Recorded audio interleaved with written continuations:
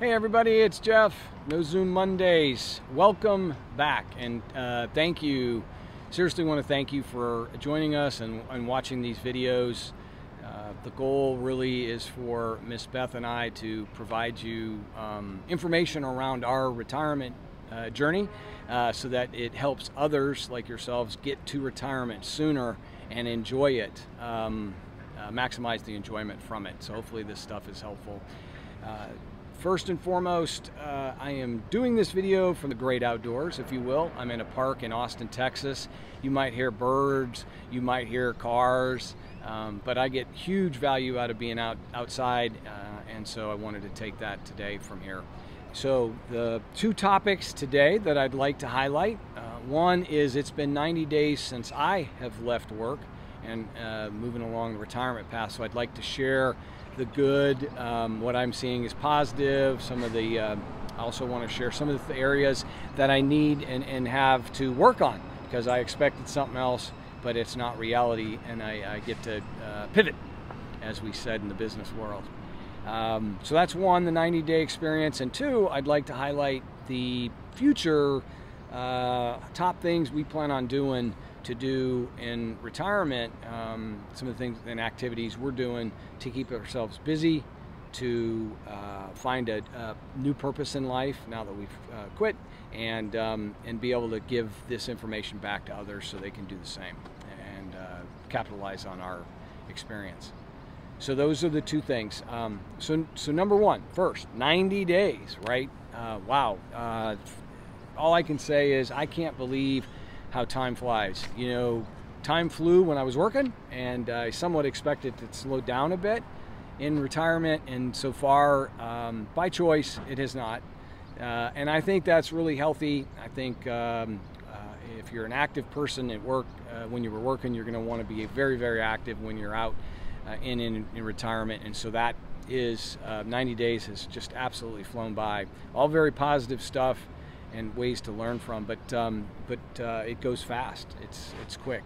The number one thing I would offer up that has happened that I've realized that's good, that for me, is the autonomy. I was looking for the freedom of time in my life, freedom to do what I wanted when I wanted, to be able to not be told what I needed to do and by a timeline and the rest, and all that has become very, very real in the retirement so far. I have 40, 50, 60 hours a week where I didn't have or I was working at work, mentally probably another 20 hours if not more than that thinking about work.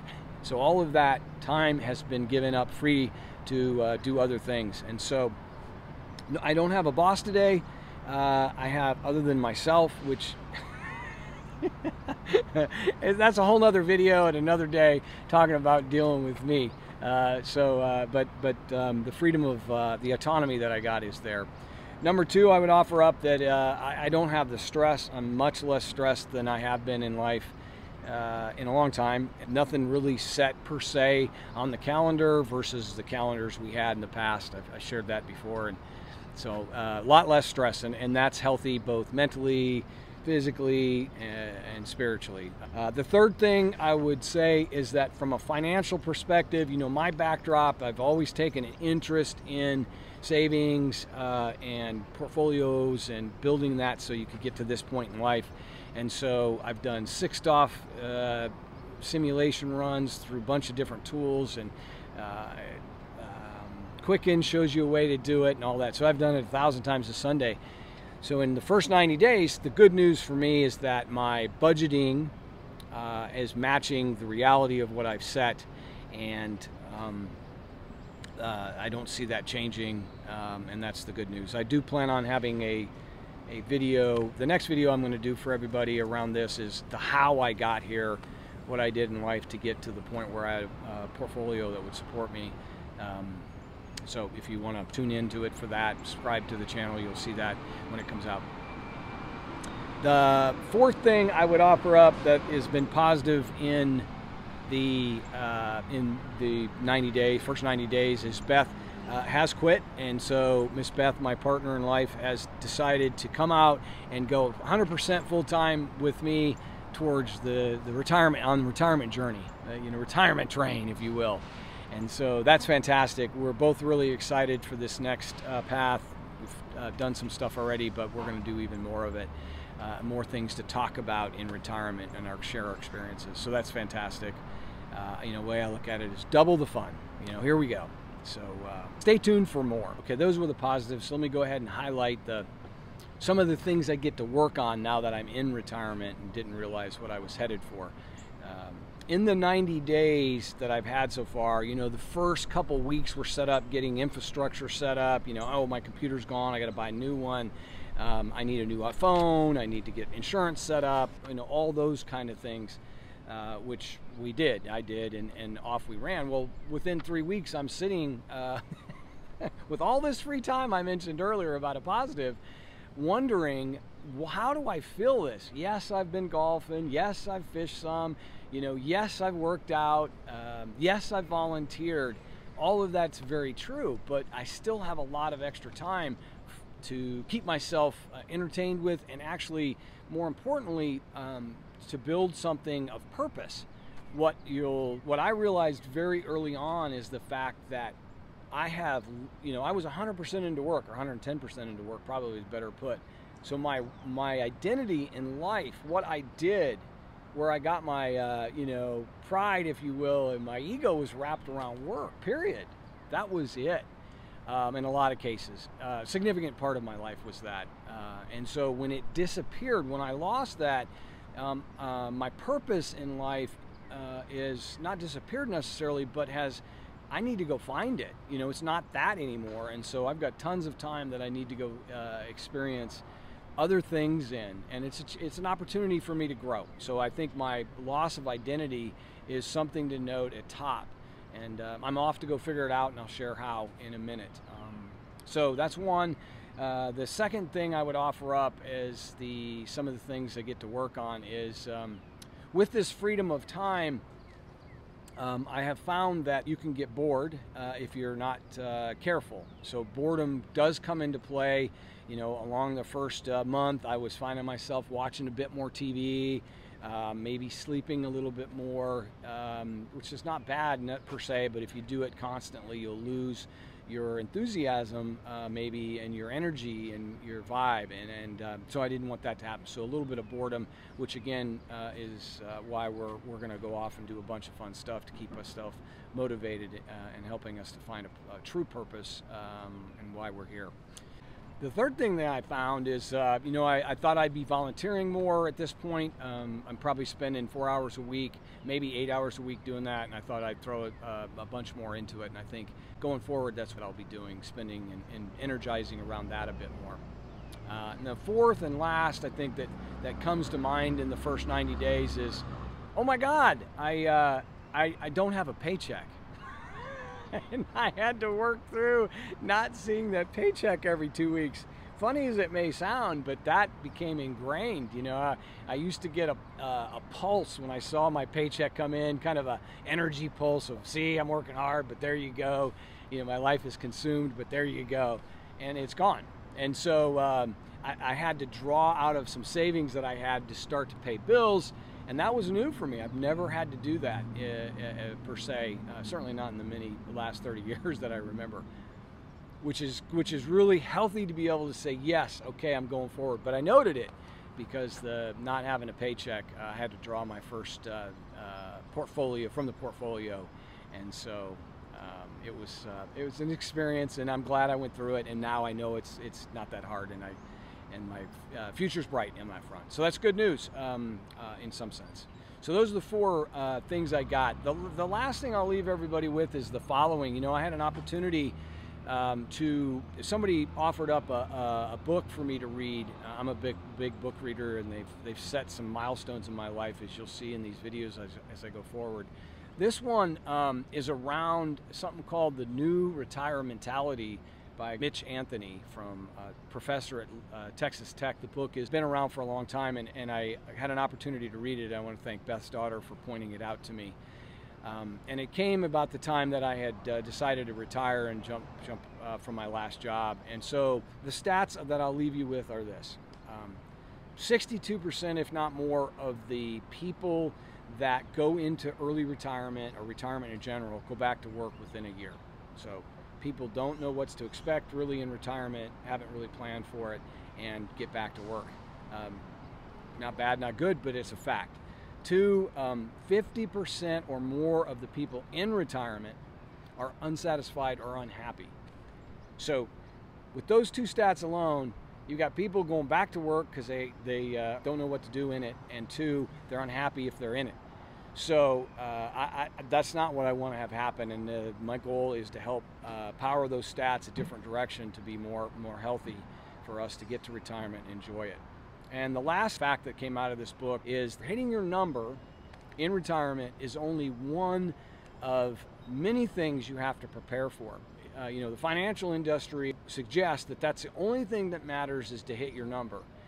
You know, 25x your expenses, whatever your benchmark is that you're using with your financial advisor or whatever. But I will tell you that the book suggests, and already in 90 days, it's bigger than that.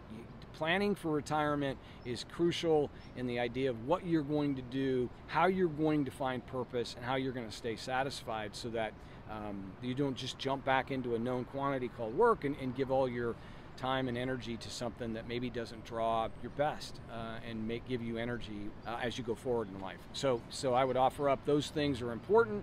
These are the reason I'm sitting here today trying to give back my experience so others can find enjoyment in planning getting to retirement sooner, as well as enjoying retirement when they get there. In my example, given what I just told you about that book, I didn't plan anything other than hitting a number and knowing that I was burning out at work and I had fear of missing out. You know, my financial house was in order, and you know, it was ready. It was just time to go.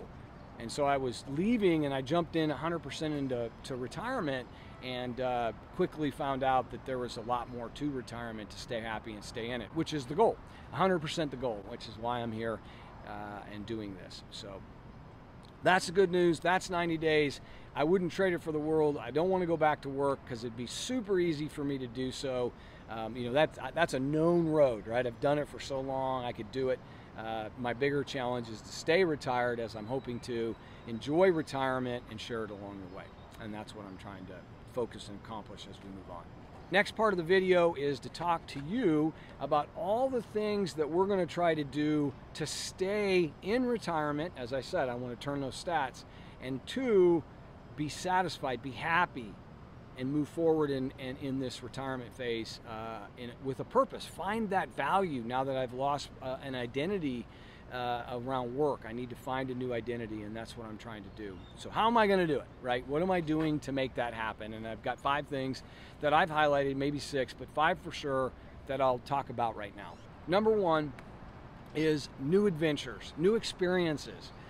That's top of the list, because living life differently means trying new things, and that's what we're often doing, Beth and I, to try to continue to pursue that new passion, that new purpose, find it so we hear it and see it. You might have looked at our channel. We've already put out a couple videos on some things. I did a solo hike in East Texas. That was a blast, new thing I hadn't done in 30, 40 years. Beth and I together have recently went on, since she retired, went on a trip through Arkansas, did a bunch of fly fishing. We high pointed the state, got to eat some fantastic food that Beth cooks. She's a fantastic foodie, if you will, both in cooking, preparing, putting the right food in, getting the right results. That's awesome to have. And so so the point is those adventures are out there. We're going to do more. We have a goal to high point all 50 states. We have goals to hike some other trails, big backpacking trips. So stay tuned. Those are coming to try this new adventure. And again, try to find some purpose in life, the next phase of life that we're in. Number 2 thing we're going to focus on is connecting with friends, family, and new people. Connections. I believe the connectivity part. I certainly had friends at work and colleagues at my customer sites, but I kind of maybe lost sight of, and time, if you will, to be able to connect with people that I grew up with. So tons of connectivity, tons of plans on that. Number 3, social media. You know, many people have asked me, geez, Jeff, why social media? You know, what's the deal? And let me share an experience or two on this front and why I'm doing what I'm doing. When I left my last company that had been there for a long time, I wanted to send out a post on LinkedIn and say, you know, thanks to the incredible journey, thanks to the people I met, the colleagues and customers that we had, etc. And I did. I sent it out, and what I was surprised to see was that over 10,000 people had read the post, and I got a bunch of comments, all good and positive. But it was just intriguing to me to touch that many people when my, you know, LinkedIn connections are, you know, 600 people. I just found it fascinating, to say the least. You know, and you know, with all these social platforms today, they are really controlling a lot of the narrative, and so I wanted to participate in it to continue learning knowledge-wise. You know, the theory is the more you learn, the more you stay curious, the less chance you'll run into dementia and other issues that we run into later in life, and I'm all for that. And so, the knowledge, it keeps me curious, keeps me my fingers on the keyboard, which I'm a big computer nerd, and so this is all positive for me. You know, as a side benefit, motivation, it's a connectivity tool, another way for me to communicate with my daughters.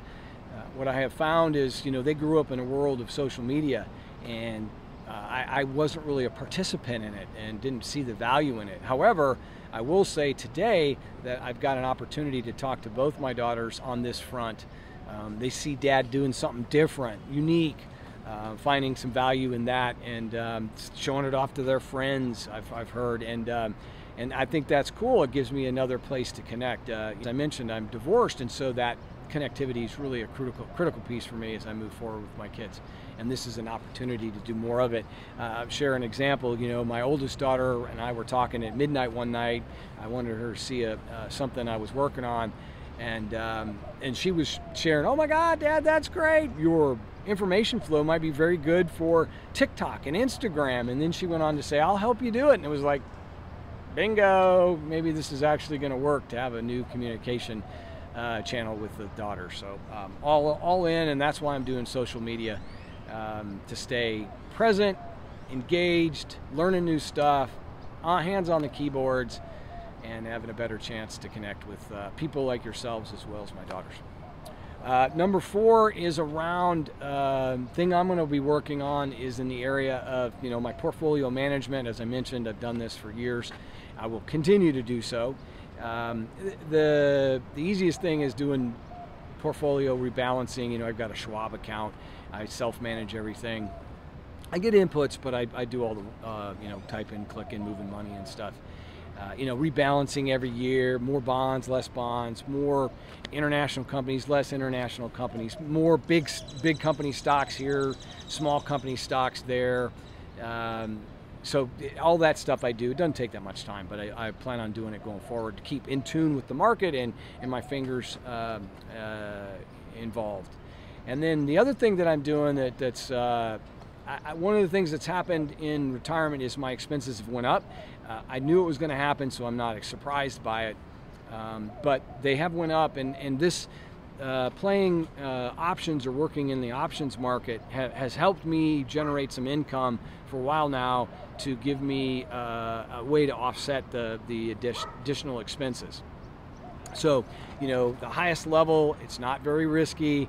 It's risk I'm willing to consume, but it's certainly not very risky at all. I'm doing covered calls on some of my portfolio of stock that I kind of want to sell anyway. So the market's, as I sell a covered call, the market's paying me money to potentially sell that stock that I want to anyway. And 2, I'm doing cash secured puts. And the market, I'm selling those, and the market's paying me to buy stock that I want to buy. Anyway, so that's all good news. I'm generating, you know, on average, it depends on the week, and I'm not playing it every week now, you know, a couple $100, $500 a week to $1,000 on average if I play and do the work to make sure that the trade comes out the way I want. So it's good money, and it's help offsetting my costs. So I'll share that. I would offer up that if you find intriguing what I talked about in regards to options and want to hear more, please comment and let me know. I'll generate another video on this topic. I'm encouraged and will share anything that I know and what's working for me. And so if you want it, let me know. So that's the fourth thing. And then the fifth thing I mentioned that we're going to work on moving into the future, again, looking for that, identifying the purpose, giving back, is more service work, more volunteering work.